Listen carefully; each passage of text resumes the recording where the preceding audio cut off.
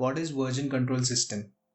To understand this, let's assume that you are a software engineer for a while and you have developed some kind of software on your server. So to make it more functional, you decided to share the code with your friends who can add some more extra functionality to it. But how will you collaborate with each other if your friends stay distance away from you? And how will you keep the track on modification which your friends will make to that code? Also, what if they just add some kind of new functionality to the code, but by chance it didn't work? Instead of it, the code just got thousands of bugs in it. In that case, what would you do?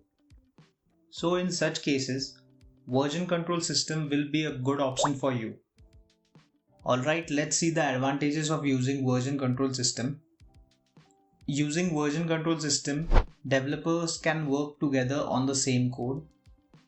You can improve the speed of your project by collaborating and getting the assistance from your fellow members. You can contribute from anywhere to the project. You can revert back to the previous version if by chance the update or the modification gets corrupted. Furthermore, you will get to know who has modified the code, what part of the code has been edited by a particular person, when the code is modified, and for what reason the code is modified. Now these are the types of version control system: centralized and distributed. In centralized version control system, we have one central server where developers can connect to it from their own workstation. From there, they can update the specific code and commit to the server. Commit here means to send the latest modifications of the code to the server. Let's make it simple. The updated code will be carried out to the server. That's it.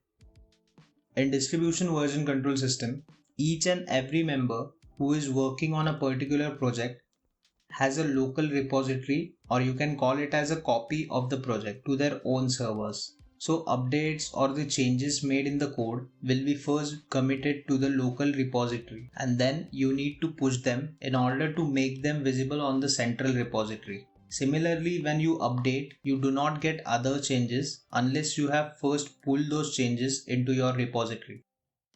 Okay, let's understand this in more simple way. If you want to update the code, first you pull it from central repository to the local repository. Then you make an update to it, and finally when you have updated the code, you first commit to the local repository and then push it to the central repository. That's it.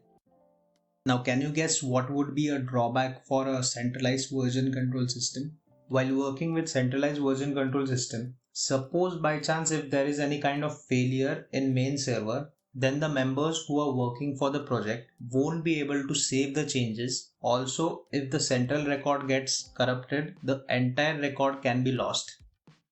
But in case of distributed version control system, you have the copy to your server, I mean on your hard drive. So the entire history of modification will be stored on your own hard drive. Therefore, there is no fear of losing the data.